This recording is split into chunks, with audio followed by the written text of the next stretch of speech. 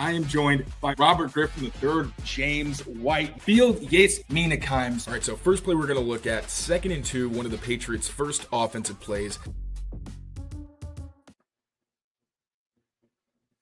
What's going on, everyone? Mike Kadlick, Taylor Kyles here for CLNS Media, back with another episode of the Patriots Daily podcast, powered by Prize Picks and powered by Game Time. We'll talk a lot about them later, but first, Taylor, let's get back into Patriots versus Bears. Patriots win their Week 10 matchup versus Chicago, 19-3 in the Windy City. Yesterday, we broke it down a little bit. Yesterday, we're going to break it down even more today on this Pat's Daily episode. It was their 3rd win of the year, something I think many would consider a statement W from this Patriots team. Drake Maye talked about it today a little bit, said he reminded him of the Cincinnati game from Week 1. They were able to control the line of scrimmage on both sides of the football. They controlled time of possession.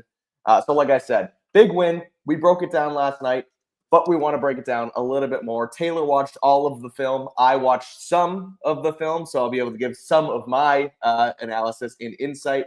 We're going to do so today with some major themes from the game. Now, before we do get into it, this is a rebuilding year for the Patriots. It's also a rebuilding year for the Patriots Daily podcast. And the reason I say that is because we've kind of went back and forth with all of the ways we've broken these games down. We've done them Mondays. We've done them Tuesdays. We've done more in-depth film breakdowns. We've done quick hitters across the board, 2 videos one day, 1 video the next, etc. We've gone away from film. We've gone a little far into film. And so the reason I say it all is because we're trying to get it right for you guys. We appreciate everybody being here, taking the time to watch these, interact with us. But if you have any suggestions, if you have anything you guys prefer, some stuff you maybe not prefer, we want to hear from you. So reach out. You can hit us up on Twitter, obviously, at tkyles39, at Mike Kadlick. You can also comment right here in this video if you have any suggestions and if you want to see anything new from us as we continue to workshop this and as the Patriots continue to rebuild this thing as well. So that's the spiel. So if you have anything there, please let us know. But let's get into it, Taylor. Again, 19-3 win against Chicago. And one of the major themes that we're going to start off with is Alex Van Pelt in the breakout game the offense had. Now, they only scored 19 points, but they put up 328 total yards. Drake Maye was sacked just once, and they averaged 4 yards per carry on the ground. They married the run with the pass. They threw some trickery in there. I mentioned time of possession earlier. Patriots, 32 minutes with the ball. Chicago, 27 minutes with the ball. So they did a lot of things offensively. They need to win the football game. We mentioned marrying the run with the pass. We mentioned sort of the sequencing of running the football. So first and foremost, let's talk about duo runs and outside zone runs and how they use those to win this football game. Taylor, take it away. Yeah, so the debate of is Alex Van Pelt a good play caller and all that. Yeah. You know, I understood why people were questioning it, but it became very hard to even have the discussion when they couldn't run the ball. We've talked about that. When you're a West Coast offense, and one, you don't have that go-to X receiver. Now, Kayshon Boutte was that at times. I don't think that's really his future in the NFL. But when you don't have that, you're easy button for the passing game. And then you can't run the ball in a system that's predicated around running the ball and then building play-action shot opportunities off of that. You're going to have a really difficult time looking like a good play caller. If everybody knows you're going to drop back or they don't respect the run game, it's going to be tough for you to do things that confuse them because misdirection, motion and all those things can only get you so far. But the threat of the run is really where that comes from. And we're going to show it here because I really liked some of the ways that Alex Van Pelt's, especially early down packages worked.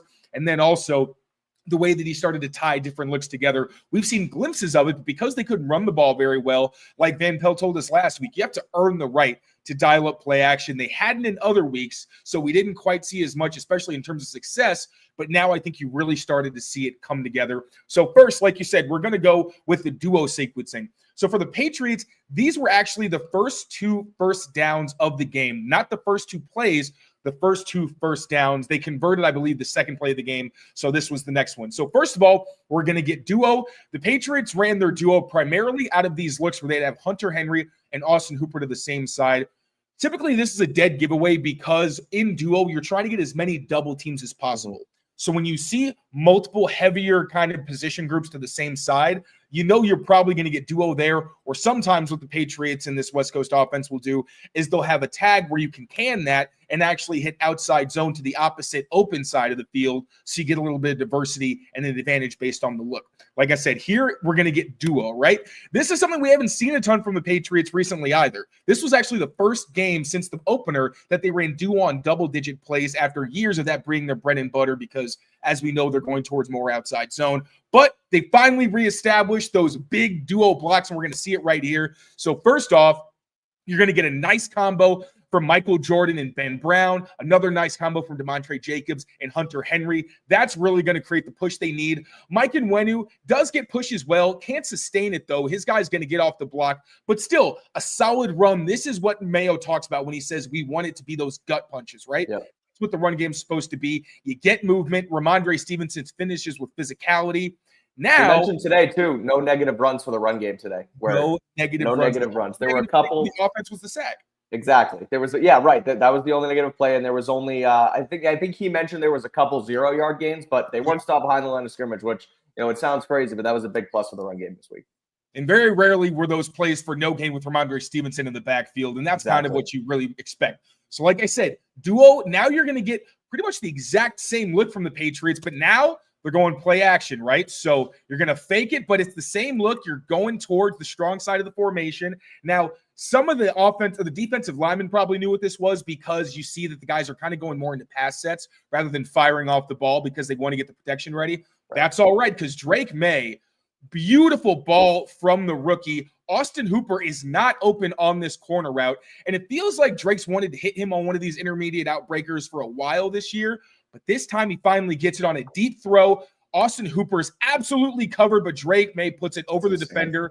I think he mentioned on the radio, he saw that the safety didn't have his eyes on the quarterback. If you're not looking at me, I'm putting it right over your head. Drake Maye, great completion, great extending contested grab from Austin Hooper. Now we're going to get to the outside zone. So the Patriots ran a lot of their outside zone. Once again, you have this look where you have Austin Hooper on the line of scrimmage, and then you have Hunter Henry off of it. But now they're flipped. Before you had Hooper on the ball with Henry inside off the line. Again, they're inverted now. And that's because Hunter Henry's actually going to go in motion. So this is going to balance out the formation. So the Bears don't actually know for sure where this run is going to go. Now the Patriots are going to hit outside zone to the right side. Really nice combo once again from Hunter Henry and Demontre Jacobs to create some room. Hunter Henry comes off of that initial block to climb to the second level. Ramondre Stevenson has room outside. Solid block from Kayshon Boutte. You'd like to get movement, but still locking his guy out. And then Mike Onwenu, not a great game from Onwenu. I think, he's still trying to settle in. I know he's acknowledged to us that he thinks he could do better and wants to be more dominant. Here tries to get to the second level, but his defender breaks that tackle, or breaks the block. Still solid carry, enough to set up an outside zone fake later on in the drive. So we're actually going to get a bootleg from Drake Maye. So once again, faking it to the opposite side, not to Hunter Henry this time, but actually to Austin Hooper. Bootleg from Drake Maye. Now, he said that he was trying to throw this away. It was a smart decision to try to throw it away because there's no underneath threat here. Typically, on these outside zone carries, you'd see this guy block and then release into the flat. I think they wanted to make sure, especially with Drake's running ability, that they had the edge set and maybe gave an opportunity to run after it. But as you can see, the edge guy is going to do a decent job kind of keeping him from running. Drake tries to throw it away. Unfortunately, doesn't see the underneath defender. Bad interception. But again, you at least see the sequencing there. Nice job by Chicago getting under the route and then keeping Drake Maye from scrambling once again. Sequencing was good. The execution on that second play from Drake Maye was not. And now we're going to have one more example of this outside zone sequencing specifically. This was one I really liked. This was actually a 3-play stretch to start the third quarter. Last play didn't count because of a penalty, unfortunately, but this was the good stuff, right? This is where you keep selling outside zone to force the defense to work one direction and then have the flow of the play go opposite. Really puts these guys in a tough spot. So once again, this is, the same look we got last time, except we're not going to get that motion from Hunter Henry. He's just going to be right on the line of scrimmage and stick there. We're actually going to get a pin pull here. So it's an outside zone concept, but to get more numbers at the point of attack, you're going to get great pin blocks here from Darian Lowe, Austin Hooper, Hunter Henry to create the space. Nice seal here from Michael Jordan. Then Ben Brown gets to the second level. Ramondre Stevenson is free. You'd like to see him break this tackle, but it's also nice job by the safety. breaking down and making that takedown. So it's fine. Now you're going to get a more similar look to what we saw last time with the shift from Hunter Henry. They're going to run the ball like they did last time to his side. Nice little cutback here. Ben Brown gets enough of his guy to create some room. Mike Nwenu gets to the second level to seal his guy off. Now the backside pursuit does get there. Demontre Jacobs, another nice block. This was one of his best games of the season, especially as a run blocker. Now, that backside pursuit, they're not going to respect the bootleg, so what are we going to do? We're going to make them pay. Now, another outside zone fake, this time to the open side of the formation. Drake Maye going to come around. Austin Booker has no idea that this is not a run. You see him lost right here as Austin Hooper tries to seal. Nice bootleg from Drake Maye. Kayshon Boutte open at the second level. Solid throw from Drake, a little behind him. You'd like to see him put it get it on him and let him stay on his feet. But other than exactly. But unfortunately, as you can see from Mike Nwenu right here, for some reason he loses track of where he is, drifts upfield, and it doesn't count. But another really good example of the Patriots putting these plays together. So you saw the duo. You open with the duo run, 2 plays later, same kind of run fake look. Great pass from Drake Maye off of it, and then the outside zone sequencing. That's what this offense is supposed to look like, all right? This outside zone scheme, it works because the defense at some point, if you're even solid with it, have to respect it, and that creates some conflict with them having to flow one direction and come the other, especially with a guy like Drake Maye who can run. Again, the Bears did a solid job keeping him hemmed in. That was the theme throughout the game, but I think you're going to continue to see Alex Van Pelt, if they have the threat of the run, be able to continue to build off different looks and keep defenses on their toes. 100%. Couple things on that before we go on to our next section, or our next part of this section, rather. Drake Maye on the throwaway. 2 things on that. It was probably his worst play of the day because either he was trying to get it to Austin Hooper and clearly terrible decision because there's a guy right in his face, just doesn't see him. Bad throw. Or if he's trying to throw it away, put it in the 3rd row. Put it in the 4th row. Don't even risk being on the sideline. So something he'll obviously learn from either way. But I really thought during the game that he was trying to move that guy because you see him kind of do the subtle like backwards, and I'm like, there's no route back there. So are you trying to look the guy off? I don't know what happened. Hesitate for a second, maybe. Yeah, I don't know. At first, I didn't believe it, but you know what? Drake Maye, we do not know him to be a liar, so I believe him. Just a really weird play. No, weird play, not great. But now back to the good on Maye, where obviously trying to be a little bit of a leader here. They talked about the speech he gave this week. He talked about that a little bit more today, I believe, or last night rather. And he also did the clap it up thing for the defense yesterday, which I thought was awesome. I think it's cool. You see him sort of growing into kind of coming out of his shell a little bit, turning from rookie into sort of a leader on the offense. And the Patriots posted a behind the scenes look into the locker room today. And he was first thing he does when he walks in the locker room, talks to Mr. Kraft, and he goes right to his offensive lineman, pats him on the back, says, good job, good stuff.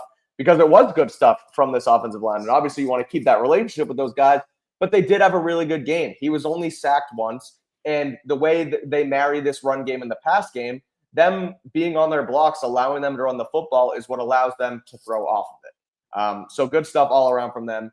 Now we're going to get to this Ja'Lynn Polk touchdown where this was the same thing. They sort of set this up earlier in the game off the run. They used play action. They get Ja'Lynn Polk free in the end zone. So break that down for us, Taylor. Yes, sir. So interestingly, the Patriots actually kind of started to set this up last week against the Titans. So see this look. This is the look that the Patriots, the run that I'm going to end up talking about in the end actually came off of. So it's a bunch to start out. Drake Maye under center. You've got Kayshon Boutte, obviously the X receiver, as the lone guy on this side of the field.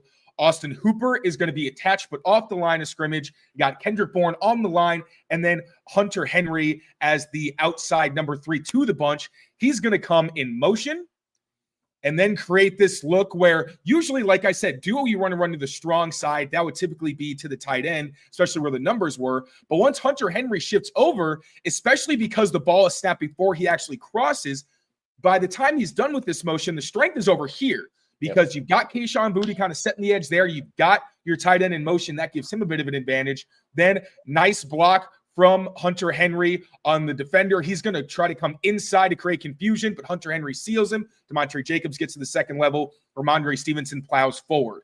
Now, what we saw against the Bears, this was actually more like red zone / short yardage sequencing because as you see, they are in the red zone, but they're not quite near the goal line yet. But this was a very important conversion. I believe this was actually the 4th and 1 play. So Similar kind of look, but instead of Hunter Henry being over on this side, you actually have him already to the other side of the formation. So you're in a balanced look with Ja'Lynn Polk replacing Kendrick Bourne as we saw throughout the game. Now this is going to be a straight run. They're going to once again call duo to that side, but Ramondre Stevenson is going to see that obviously they get quick penetration.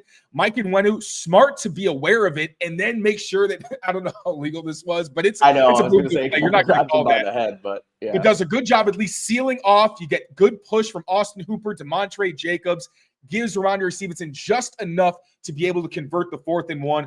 Very big conversion, wound up leading to points for the Patriots. Now, once again, the same look that we saw against the Titans, right? Instead of Kendrick Bourne, you've got Ja'Lynn Polk on the line of scrimmage as that point receiver. Hunter Henry off. Oh my gosh, nope, wrong screen. There we go. He's going to go in motion again. But instead of the duo fake, like we saw the other times, we're actually going to have Ja'Lynn Polk testing the eye discipline of Tyreek Stevenson right here. He's going to bite on it. Oop, I took a step, and that's all you need because, sir, it ain't no run. It's a play action. Ja'Lynn Polk wide open in the flat for a touchdown, a play they didn't just set up on the play earlier in the game with a similar look. They actually built on something they showed last week against Tennessee. So another really good example of red zone offense. Now, we are going to touch on some of the situational football for the Patriots because they weren't great in the red zone, 1 for 5, although there's some more details that we got to dive into. But once again, the billboard for this game for me, for the Patriots offense, was the fact that they finally reestablished the run game with a really good effort from DeMontre Jacobs, Vidarian Lowe, who we'll also see more of once we get to more of the 4-minute drives for the Patriots. Those guys had really solid games. Michael Jordan also improved, and then Ben Brown, continued to be solid. Not a great game from Onwenu. For the most part, he did just enough to make sure that the ground game was good. And then we saw Alex Van Pelt finally being able to show what he could do with Drake Maye under center and a full complement of options in the playbook. Yeah, like you said, not 100%, obviously. Some things we're going to touch on here as far as the red zone execution stuff goes, but overall good enough to win. I mean, the defense holds them to 3. We're going to get to those guys later, but good stuff all around. I do like them getting Ja'Lynn Polk the football in an easy situation. Maybe try and get the monkey off his back a little bit. Obviously, it's his only catch from the day, so he doesn't have much to build on after that. But still, I like giving guys like that who are kind of maybe in a mental, physical funk, what have you, quick layups like that to try and get their confidence up. So overall, really good stuff from Alex Van Pelt with those with the play sequencing. We're going to get into the situational stuff. Drake Maye actually mentioned this morning that their complementary football has kind of been something they're good at all season. Now, I don't know if I necessarily agree with that. That was kind of that was an interesting answer. So was I, but it was good on Sunday for the most part, besides the red zone. So we're going to get into all of it. But before we do, a quick word from our friends over at Prize Picks, because Prize Picks is the best place to get real money sports action with over 10 million members and billions of dollars in awarded winnings. Prize Picks has made daily fantasy sports accessible to all. All you have to do is pick more or less on at least 2 players for a shot to win up to 100 times your cash. So if you're into it, join us and run your game all season long on Prize Picks. They put their members first. Withdrawals are super fast, safe, and secure. So when your picks hit, you get your money in as quick as 15 minutes. They also have flex play. So which means you can still cash out of your lineup even if it isn't perfect. So you can double your money even if one of your picks doesn't hit. We will have a Monday night football lineup coming at you soon all over our CLNS social media. So make sure you check it out there. Rams versus Dolphins tonight. I will have my picks on my social as well as all the CLNS socials. We just missed last night's Taylor. I had CJ Stroud. More passing yards. It was a great game. It was a shootout, but I thought they were going to contain Jahmyr Gibbs, and they didn't. So he unfortunately went for more. I had less, but we're back to the drawing board tonight. So if you want to join in on us, download the app today and use code CLNS to get $50 instantly after you play your first $5 lineup. Again, that's code CLNS to get $50 instantly after you play your first $5 lineup. Prize Picks, run your game. All right, back to it. That's Prize Picks, but we got to get back to the game, and we're going to talk about the situational execution because the end of half was much better for the Patriots. I'm sure we're going to break down a little bit the throw to Kayshon Boutte across the middle, getting them into field goal range, Boutte getting down, which Mike Reese tweeted about it yesterday, where Boutte kind of gets the ball to the referee, something we've seen all season from him. So really good stuff, a really good turnaround, I think, from Kayshon Boutte in general. Someone who last season he talked about getting benched by Bill Belichick. He kind of was pretty blunt about that the other day, but he gets benched, has a tough season, doesn't play a lot, gets himself into some trouble this offseason, but he's bounced back. He's come back. He's not only done good for himself, but for the team in general. So we'll get into some of that execution. We'll also get into the red zone stuff, which wasn't great. You mentioned it. They were only 1 of 5 from down there, but there was some good and also some bad. But first and foremost, let's get into the situational stuff with the 2-minute drill as well as the 4-minute drill that they ran on Sunday. Yes, sir. So we're going to get into the 2-minute. It was only 2 really significant plays. He started the drive with a nice completion to Demario Douglas. That is notable, but I wanted to really focus on 2 plays towards the end of the drive. One, because the Patriots exercised a couple of their demons on this play, 3rd and 1 conversion by JaMycal Hasty. Patriots actually got stuffed on 3rd and 1 last week near the end of the near the end of the first half. Alex Van Pelt said that the 2nd down run stuff and 3rd down run stuff were the 2 most disappointing plays from that game. Also said that it was more of an execution error, but you could actually see if you went back and actually watched. I didn't love the fact they went under center into a heavy grouping, because anytime you do that, the defense is going to respond with a look that's not really ideal to run against. But here, one, I really like the decision to go with 11 personnel and in the shotgun, because you're going to get a bit of a more friendly look. As you can see, the Bears are in a 2 high. They're in a 4 down front. This is a much more favorable 3rd and 1 look to go up against. And we're also going to see much better execution from the Patriots overall. So this run is going to be a split zone. That just means that Hunter Henry is going to come from this side over to the opposite end to try to block this edge defender, while the front is going to try to get pushed and set up a cutback lane for JaMycal Hasty. Now, when Hasty gets the ball, you got good push from Michael Jordan at first. You got Vidarian Lowe at the 2nd level. And now you do have Austin Booker trying to kind of knife inside, which creates some disruption. And JaMycal Hasty has to kind of get around Hunter Henry. But Henry does a nice job adjusting to that slant inside and kind of pinning his his assignment inside. JaMycal Hasty keeps his balance, gets outside. Nice job. Lowering his shoulder and kind of twisting around to convert on 3rd and 1. Seems very small, but that was huge on this drive. Now, this throw to Kayshon Boutte was absolutely sick. So the Bears are in 2-man.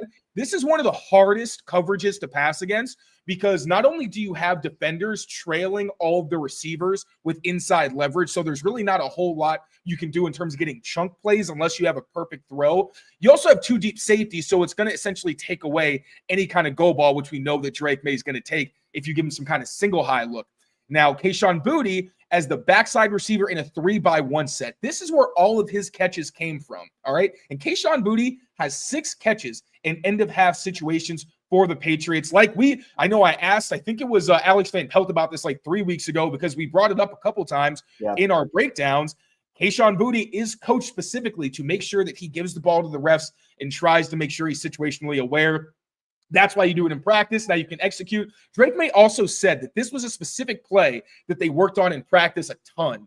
And he said that it was really nice for that to actually translate on the field. And they knew that for some reason this backside dig was going to be open.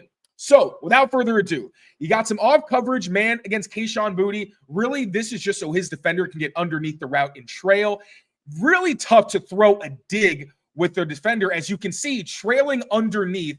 And also, once again, he has inside leverage, but Boutte does a great job in his route, anticipating that he's going to get disruption, kind of putting that arm out to clear, and then free himself on the route. And then a ridiculous throw from Drake Maye. This is damn near perfect coverage. It doesn't get a whole lot better than this, considering what the coverage is, but he puts it high and leads the receiver so that the defender can't make any kind of play on this ball. For a huge chunk, Patriots get downfield and spike it to make sure that they are able to kick a field goal. This is one of the reasons that the red zone numbers are a little bit deceiving, because this completion got the Patriots, as you can see, got them down into the red zone right outside, and then they aren't actually able to convert. Right. But, it doesn't really count because they still managed to kick the field goal. Actually wound up scoring 10 points with 2 minutes left to go. The touchdown that they scored earlier was the first.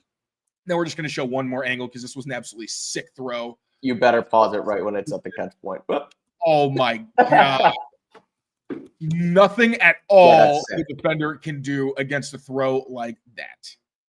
That's sick. Absolute beauty. Great job by Kayshon Boutte, also making sure that he gave the ball to the ref. Now, the 4-minute drill, I'm going to go over pretty quickly because for the Patriots, the 4-minute drill was pretty much the entire fourth quarter. But a 4-minute drill is essentially, again, why are we calling it a 4-minute drill in the last quarter? Basically, what a 4-minute drill just means is you're trying to milk the clock as much as possible, especially when you have a multiple possession lead. There's no reason for you to really go down and score. You're just trying to take as much time off the clock as possible. Not only did the run game really step up and show that they could run the ball when the defense knew it was coming, Drake Maye also made just enough plays to keep them on schedule and put together what was first a 10-play drive and then a 2.5-minute drive. Not quite as impressive, but it did put the Bears in a bad situation when they needed 2 scores near the end of the game. Now, this first Drake Maye scramble, love this play. The only time he managed to break the pocket and have some success with his legs, but it was really impressive anyway. So first, he looks right. Once it looks like this out route to Austin Hooper, but obviously you can see the defender's ready to jump this. Right. Maye pulls it down, looks backside. What you're essentially going to get to this side is, I'm not sure if this is supposed to be man or if it's just pure quarters, but whatever it is, this defender or the linebacker is going to end up moving with Rondre Stevenson into the flat.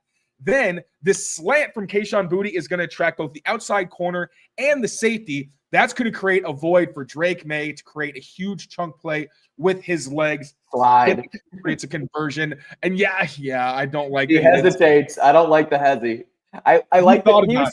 He was like, oh, can I slide? But I mean, there's a guy behind him too. I know. I think he knows that. So I wonder if that was part of what he was thinking of. It's just like, you know what? Let me try to dive. It shows toughness, but obviously you want your guy to protect himself. I think he's trying to focus on diving head first instead of sliding because he got injured sliding. And he mentioned a couple weeks ago where he wants to go down. So he goes to slide. He's like, oh, maybe I got to go head first. And that's why he hesitates and kind of puts himself in that position. But he's okay. Yeah. He'll be all right. Okay, now Antonio Gibson duo. So he came into the game for just one drive, at least in terms of how many carries he got, and actually looked really good. I don't know what's up with his use. Gerard Mayo said, sometimes it's more of a Hasty game. Sometimes it's more of a Gibson game. I don't really see what JaMychal Hasty does better than Antonio Gibson. He's got wiggle. Like the dude is like a jackrabbit out there where he's all bouncy, which works for him and against him. But Antonio Gibson came in the game and had a really good drive. 5 carries, averaged 5.2 yards per pop. This first duo run to the right, gonna set up outside like he's gonna bounce to try to create some room. Cuts back inside. As you can see, that's gonna influence the edge defender that Austin Hooper's blocking. Makes his job a little bit easier. Gets a crease. Nice chunk gain there. Now we're gonna get outside zone. We're gonna get this one to the right, I believe. Yep, to that open side. Demontre Jacobs, solid block, nice combo from Ben Brown and Mike Nwenu. Going to peel off, get to the second level. Now, Vidarian Lowe can't quite make it to the second level to seal his guy, but still, Antonio Gibson finds the crease. Also, nice job here with the subtle little move to kind of go inside to try to create this room, I think, because you can see the guy that Ben Brown's blocking kind of sees that he's peeking inside. I think that creates the room a little bit more. And then good contact balance and finish from Antonio Gibson to close. Now another duo run, once again going to the right side. This is a more similar look to what we saw from the Patriots on the Hunter Henry run, except he's actually split out on this play. Now you're going to see a nice crease from Vidarian Lowe. His guy knifes inside. He seals him in. Antonio Gibson's going to bounce it. It feels like he goes pretty far outside, maybe a little more than he needed to. Still, nice job exploiting the lane. Michael Jordan, honestly, he got pretty close, I felt like, to getting called for holding a few times in this game, but he got away with it. That's all that matters, just holding on every play. Gives him a crease. Ben Brown does a pretty solid job as well. Javon Baker siding there, and then another physical finish from Antonio Gibson to get the Patriots down near the red zone. This was another beautiful play from Drake Maye, a nice example of his anticipation on another chunk play to Austin Hooper. We see every week the Patriots love their high-low concept. So we're going to get the low here, kind of on a curl from Hunter Henry. Austin Hooper's just outside the frame. We'll see him as he breaks inside. Now Drake Maye, one quick drop. Now he sees the linebacker is going to jump Hunter Henry's route. Great anticipation from Drake, seeing that. He's got this ball ready to throw as Austin Hooper's coming out of his break. Also, you'll see before, kind of looks like he's trying to move Tremaine Edmonds with this subtle kind of glance to the right. So I don't think he's looking actually to that side with how quickly he comes back to fire. Really nice in-rhythm throw. Bounce, ball out between the two defenders. Nice chunk play there. Now, the Patriots, I don't believe they end up scoring a touchdown on that drive. I think they wound up just kicking the field goal, but still long. I think that was a 10-play drive to take a lot of time off the clock. Now, this is the drive where the Patriots wound up taking the Bears to the hill. Now, Drake Maye mentioned that this game was very similar in the way that they controlled the line of scrimmage to the Bengals game. You know what happened in the Bengals game? Do you remember? Patriots went heavy with Caden Wallace as an extra tight end. Made it very obvious they were running the same play over and over because they were doing it from the same look, and they did not care running it when the defense knows exactly what's coming. That is a sign of a strong run game. Here, you're going to see, instead of Caden Wallace, obviously, Sidy So is actually going to be that extra tight end with Austin Hooper and Hunter Henry next to him. Like I said, duo run. Everybody knows that the Patriots are going to run this to the left, but the question is where it's going to hit. That's the beauty of duo. Even when you know it's coming, you don't exactly know where they're going to try to attack.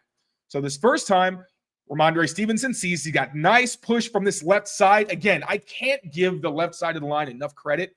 We kind of went after them last week because the combos weren't nearly good enough. They weren't getting enough push, and they were a big reason the run game has struggled the past 2 weeks. Here you get a nice double team from Darian Lowe and Michael Jordan. Nice job from Sidy So as well. Gives Ramondre enough of a crease. This is one of those body blows, right? Not a huge gain, but enough that Ramondre Stevenson's got that crease, puts his head down, plows forward for some extra yards. We're going to get duo once again on this play, but this time he's going to fan inside. The defense is going to crash there because they're going to try to take away that lane, leaving Ramondre one-on-one with the defensive back. He kind of slow plays this like we talked about after that first game. He does a really nice job kind of reading how to bounce and how to play these runs.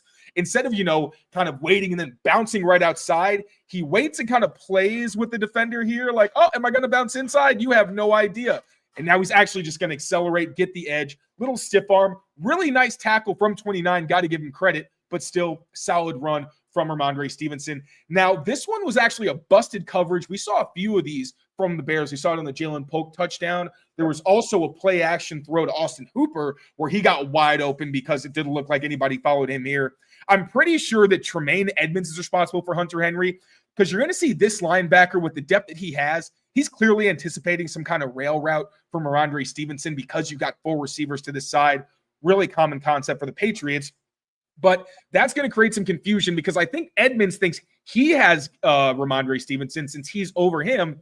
That's going to lead to Hunter Henry being wide open on the shallow route. Now, typically, this is mesh that's designed for, I think, Kayshon Boutte to pick off Tremaine Edmonds, but there's no one there. Tremaine Edmonds is trying to cover the running back just like the linebacker over here. Busted play. Hunter Henry's wide open. Now, Drake Maye, I think, sees this as covered pretty well and thinks about running, but then glance and kind of sees out of the corner of his eye that Hunter Henry's open. Now, runs into a pretty vicious hit. He did this a couple of times, 2 or 3 times in the game. He's got to stop doing this. Like this time, I kind of understand. You think you can run, got the ball out, whatever. But there were also times where it felt like he still just keeps kind of moving up in the pocket and inching himself into trouble. A really nice job by the rookie getting this ball out. Big play to Hunter Henry to move the chains again. Help the Patriots just take more time off the clock. Another duo run. Same damn look. They are not hiding their intentions at all. Once again, duo to Sidy So's side. Kind of sees that the hole is going to develop between the tight ends. Solid push from these guys. You're not wiping them off the face of the earth or anything, but you're doing enough to give Ramondre Stevenson an avenue to put his shoulder pads down and run. Same look this time, but actually, unlike the others where you had both tight ends of the same side, now you're going to get Austin Hooper over to the right, but it's still going to be another inside run duo to your big tight end, your big muscle tight end. Got some push from Ben Brown and Mike Nwenu. Really good good movement from the entire offensive front there to kind of put the Bears offensive line in the back side of, I don't even know what I'm saying, honestly. I kind of lost my train of thought, and I tried to close. Some great examples of the offensive line actually controlling the line of scrimmage here. Something that, they had done a couple weeks ago. Darian Lowe came out and said, everyone was coming at us, and now we're kind of getting our mojo back. Last week against Tennessee wasn't great. They go back to their bread and butter. They put those front 5 out there, and they kicked some butt. They did control the line of scrimmage. A couple notes on that, too. I really like some smart football from Ramondre and Hunter Henry to stay in bounds in that formation. Yes, right?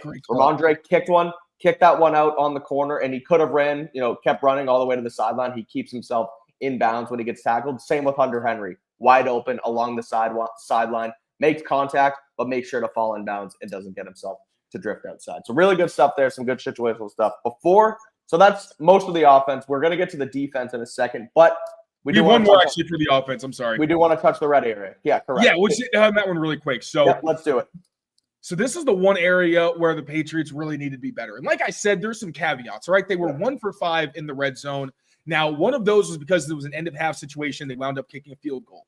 The other was actually because Ramondre Stevenson was just trying to convert a 3rd and 2 on another duo run and wasn't able to actually finish it. Again, they weren't really trying to score because they had a lead. The priority wasn't, obviously the priority is always getting the first down, but it wasn't the type of critical situation where if they really needed to go for it, they probably would have gone for it on 4th down if they needed points or if they needed to obviously convert, but they didn't. So it's a little different, but I am going to dive into some of the reasons they did struggle in scoring territory. So first we have the Drake Maye throwaway. You're going to see the guy's an empty, hits the back step. Now, I'm not sure what exactly he was reading here because you're going to get Austin Hooper kind of open once he clears this defender. I feel like if Drake Maye really wanted to, because you see this kind of slot defender expand, maybe you can put a back shoulder if you just absolutely throw a laser. But I also understand not really can do that throw. He has the talent to stick that in there, though. Exactly. So I do wonder if in hindsight he would have liked to do something maybe different here. The underneath route is obviously covered, so he can't throw this. And then backside, neither one of these routes is really winning. You have an out and up from Demario Douglas. That's not open. And Kayshon Boutte, as much as I liked what I saw from him overall, he got locked up on a few press coverage reps, like could not get off press to save his life. And that's kind of the territory. He's 5'11". He's not the biggest guy. He's more of a Z receiver. If you're talking about his ceiling, he can spotlight the X spot, but you want really more of a big physical presence like a T. Higgins type, especially like you saw in the 2 deep shots where he wasn't able to win on some jump ball opportunities. So just a small note there. Now, Drake Maye, smart job, sees these aren't open. I'm not sure why he ducks exactly. I don't know if he thought he was going to get outside the pocket or like kind of squeeze between these guys where he kind of ducks. But either way, nice job getting out of the sack, rolls out left. Now, it's entertaining because he tries to juke Tremaine Edmonds, realizes he can't, and then throws it away with his left hand, but also takes another pretty big hit, gets slammed to the ground. You don't love to see it, to be honest, but also, I understand, and I think it's kind of a heads-up play for him to get rid of it. Just one of those riskier plays where you're like, Drake, you know what? Maybe just throw this away. But considering the success he's had of his scrambler, I kind of get it. Just a learning moment. But really, I don't love that there weren't a lot of great options on this play. This is one where I'm saying, hey, Van Pelt, maybe you could have given him some better answers here because there aren't any except for that one small window downfield. But, we'll see later in the week. Maybe Alex Van Pelt has something to say about this play in particular. Now, another example where there's not a ton of great options on this play. This is the crazy throw that he had that kind of looked like Josh Allen. So he looks like he initially wants to throw this to Hunter Henry, but this is 3rd and 10. This isn't a good option because you're going to be pretty well short of the sticks. Now, obviously, KJ Osborne, he's not open either. And this is another play where there's no great options because I'm not sure if this is supposed to be a juke from Demario Douglas where he sits and then breaks inside or whether this is more of a last-minute adjustment that he makes.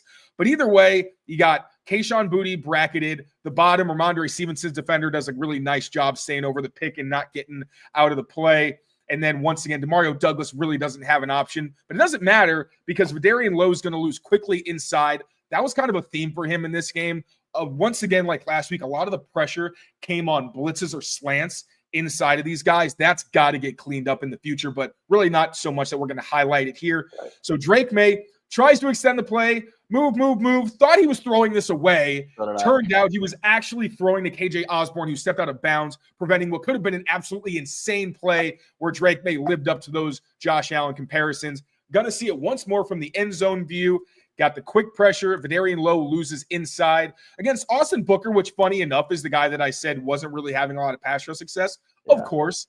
And then this just ridiculous curving the bullet. 3 defenders in pursuit. You have somebody jumping in the air to try to make sure Drake can't throw to him. Throws it around the defender when he's inches away from the sideline, keeps it in bounds. You can see right here, KJ Osborne steps out there. I think he steps out again there and there. I think it was, so it's 1, 2 there. Yeah. I respect the effort. Good effort. Yeah, right. Stupid throw from Drake. It's one of those plays where you see that Mahomes play in the Super Bowl and you hate that everyone, continues to talk about it year after year, but then you see it from your own guy. It's like, okay, that was still pretty sick. We got to talk about it for a little while. And I like that you mentioned KJ. The effort there, yeah, he steps out. He probably thinks Drake himself is throwing. He probably thinks Drake's throwing it away as well. And then he finally sees it's coming his way. He's like, oh shit, let me try and get my feet in. Good effort, but he just can't do it. Yeah, that was still just such a cool play. Yeah. All right, now we're going to get a run stuff. So we talked about how the left side did a really good job for the most part, actually going to get stuffed on this run. Now, it's not the worst play from the actual, I think, from Venarian Lowe, because this is tough. He got the guy slanting inside. I think Lowe was trying to get to the second level here and really just had to adjust because, as you can see, Austin Hooper looks like he's just trying to wash this guy down. So by the time Antonio Gibson gets the ball, you've got that slanting defender taking away the inside. Because no one was able to block Tremaine Edmonds, he ends up making the tackle, or no one's actually on him. And then the unblocked defender also just closes in. So not a terribly blocked play. I think it's honestly just a better call from the Bears to create some confusion up front. This run ends up getting stopped. And then I believe, is there one more here? We got two more. Okay, so this is two more. Yeah, the turnover-worthy play to Hunter Henry. So this one's tough. Now, like we saw earlier, Drake Maye looks right at first. You see it kind of creates movement because 53's got to respect that with his eyes. Drake Maye quickly comes back and immediately lets this go. Very, very similar to what happened with Austin Hooper, except I think part of it is that he kind of gets disrupted, Hunter Henry, a bit. Like you see, there's a little tug at the top. I don't want to let Drake Maye off the hook totally because, like, by the time he sees Hunter Henry and throws it, he's not really, I don't think that's as much of a factor. Kind of takes Hunter a second to look for the ball, but still, I wonder if Drake should have put more air on this and tried to get it over the linebacker so that Hunter Henry had more room to just run, high point the ball and make a play, because obviously throw it up to your big guy. But either way, thrown behind him, really should have been a turnover. And I can't have it. I don't want to crucify Drake for this necessarily, but in a game where you already had a pretty ugly interception, you throw right to a defender again. This is another one where maybe we talk to him after the game and ask him, because he didn't mention this play with the ones that he would have liked to have back. But, you can't have this, especially when you're in scoring territory. This would have been the second turnover. Is he asking for a flag here too, right? After it goes through right here, keep going. I think he's looking for it, but knows he's not going to get it. He kind of goes like this with his hand saying, oh, where's the flag? Drake, I'm saying, not Hunter. I think he's actually just trying to catch it. No, Drake, not Hunter. Oh, Drake? Watch Drake.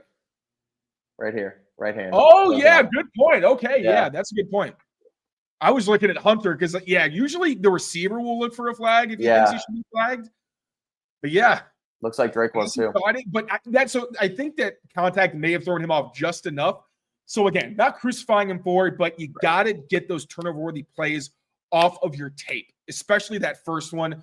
This is why I had him as stock down in the game. He actually technically had 3 turnover-worthy plays. There was the other deep throw he had to Kayshon Boutte that almost got picked off. But, a learning moment for Drake. He can do better. Not worried about it too much. Now, a couple more duo runs we're going to get from Ramondre Stevenson.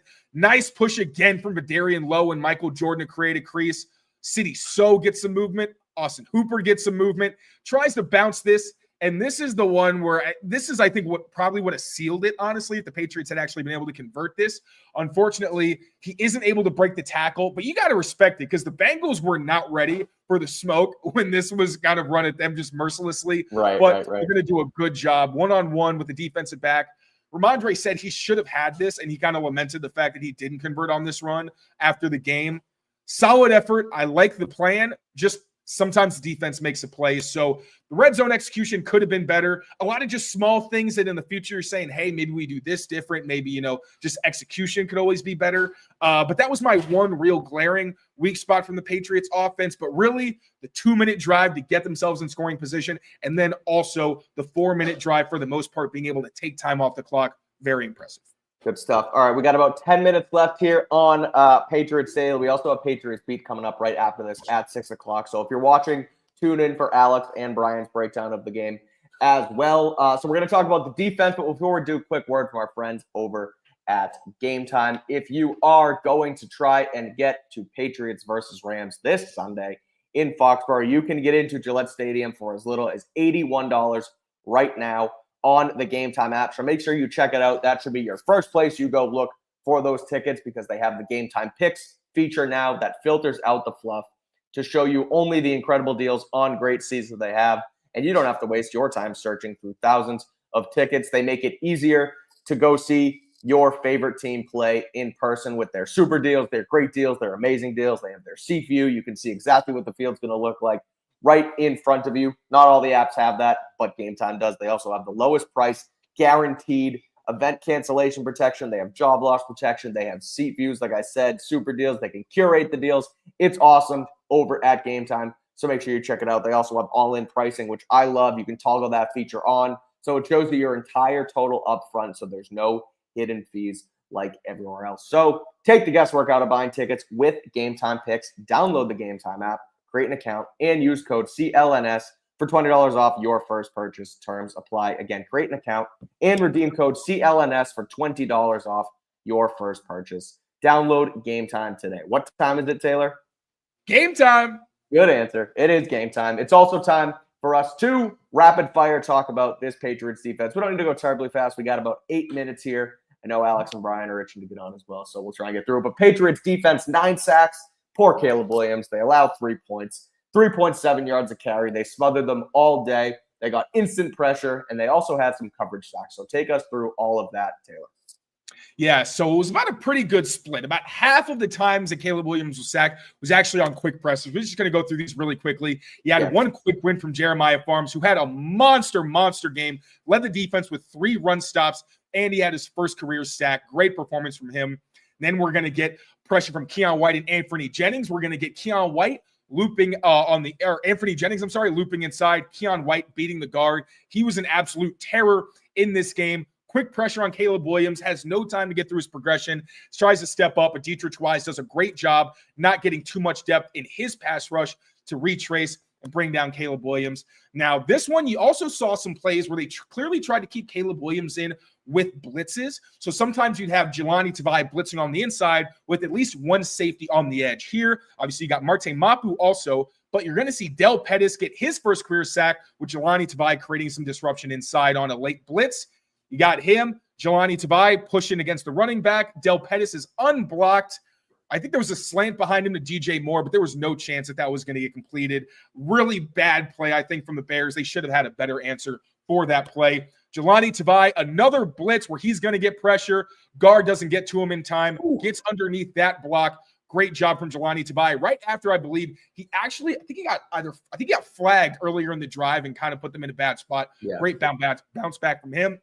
But also, there were plays with tight coverage, and that just led to the defense having enough time to be able to get to the quarterback, marrying the pass rush and the coverage. We love to see it.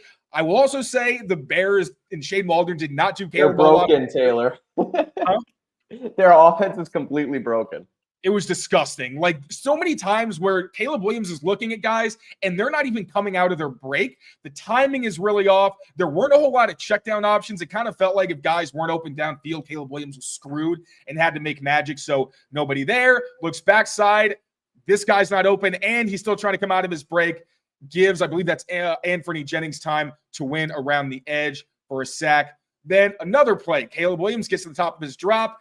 Try to set up a pick play, it looks like, where they tried to put Dell Pettus in a bad spot, but he doesn't get picked off, so he's able to get right downhill. That's not there. Caleb tries to look, but Keenan Allen actually slipped on a return route. Then he tries to look all the way backside, but you can't look at a curl route as your third route in your progression because by then it's too late. Gives the Patriots time, specifically Dietrich Wise time, to get to the quarterback. Now, another one. This was just a stupid play. A sprint out where you're just running a curl to Christian Gonzalez's side makes no sense, no pick, no easy option. Once DJ Moore is kind of blocked, there's nowhere for Caleb Williams to go with this ball. Pressure closes in. Another takedown for Anthony Jennings. Bad play call from the Bears. Now Caleb Williams gets to the top. This is actually a nice play call from the Patriots because Marte Mapu is going to start on the line of scrimmage. Once the play starts, he's going to drift back knowing that Caleb's going to want that backside dig. Now, this was a pretty quick win from Keion White, too. He barely had time, but it still falls under the coverage area because it forced Caleb Williams off his first read, gave Keion White just enough time to close in for the sack. Now, finally, we can't talk about the performance from the pass rush without talking about the Longhorn package from, it's somewhere in here. The Longhorn package heard about from Brendan Schooler, which we actually found out was supposed to be like from something that John Jones used. I think it like traces all the way back to like 2020 or 2019 when John Jones was used as a spy against Lamar Jackson, obvious pass looks. And now I actually do finally have the Longhorn package actually pulled up. So the first play that we're going to break down is actually Brendan Schooler's hit. This was more abnormal from what we saw from the Longhorn package, because typically you'd have Brendan Schooler up near the line of scrimmage. What we're going to have is, you call it honestly like a dollar look, because you're going to have 7 defensive backs and 4 technically safeties, right? So you're going to have at cornerback, Christian Gonzalez down here with Marco Wilson and then Marcus Jones in the slot. But for safeties, you're going to have Brendan Schooler at the top, pretty much kind of coming from depth. I'm not sure if he's spying or if he's playing a middle zone. Either way, keeping his eyes on Caleb Williams. Then you got Marte Mapu one-on-one in the slot against Cole Kmet. And then Jalen Hawkins essentially bracketing, I believe this is Keenan Allen, I think it is. He's going to come on an underneath route, and these guys are covering that. And then John Jones is pretty much going to bracket DJ Moore from safety alongside Christian Gonzalez. You're going to see Caleb Williams doesn't really have any good options when he drops back to throw. He's looking right. Nobody's open. But Brendan Schooler sees he's not comfy, starts coming downhill. Caleb Williams breaks the pocket, but great closing speed from Brendan Schooler to get downhill, prevent this from being a potentially bigger play. Caleb Williams basically just has to throw it away. Now, this is the look that we saw more often from this Longhorn package. So Marte Mapu up on the line of scrimmage, Jalen Hawkins. These two are in man coverage against the 2 guys in the split backfield look from the Bears. John Jones as a true center field safety, which you don't see a ton from him, but this is, I think, the second game where we've seen him kind of used in this capacity. And on the defensive front, you typically have Keion White on the inside, Anthony Jennings and Dietrich Wise on the outside, and then Jelani Tavai as the dime linebacker, usually in some type of pass rush or sometimes spying. But here, we're going to have Brendan Schooler as the spy from a mug linebacker position, where you used to see a lot of like Jamie Collins and like Dante Hightower, that kind of thing. So we're going to get man coverage across the board. Tight coverage is only 3 receivers in the route. Now, I actually think that he had an opportunity to hit this go ball to Christian Gonzalez after DJ Moore kind of stacked him. You also have the potential that he could have thrown this route with Marco Wilson flying upfield, but he's actually looking to Keenan Allen, who has no separation against Marcus Jones. Going to kind of get panicky because you're going to get pressure off the right edge from Dietrich Wise. Tries to escape. Brendan Schooler not letting him out because he knows that with the slant from the defensive line, like you see from Anthony Jennings, Williams is likely going to drift to his left. Closes in for the sack. Brendan Schooler, first sack for him at any level of football. Really cool to see that from him. And with the Patriots, all the athletic quarterbacks they've got on their schedule, Justin Herbert, Josh Allen 2 times, still got Kyler Murray. Tua Tagovailoa can do some things with his legs as well. So really good job from the defense, keeping Caleb Williams hemmed in and just harassing a very bad Bears offensive line. Taylor, great stuff today. Thanks, buddy. Good work. Just barely beat the clock. Barely. We got it in just in the nick of time as well. So seriously, no, good work. We appreciate the work you do. I know our fans do as well, breaking down everything from the defense to the offense as the Patriots get their 3rd win of the season yesterday in Chicago. So that's going to do it here. We broke down everything, or at least the themes of the game. We'll be back later on in the week for a mailbag. We'll also break down the Rams coming up as well. So make sure you keep it locked in here on Patriots Press Pass for all of your Patriots coverage. Rate, review, and subscribe to the channel. Subscribe to the podcast as well. Apple, Spotify, wherever you get your stuff. So thank you, everybody, for tuning in. We appreciate it. And until next time, take care of yourselves. Take care of each other. And we'll see you next time. Peace out, everyone.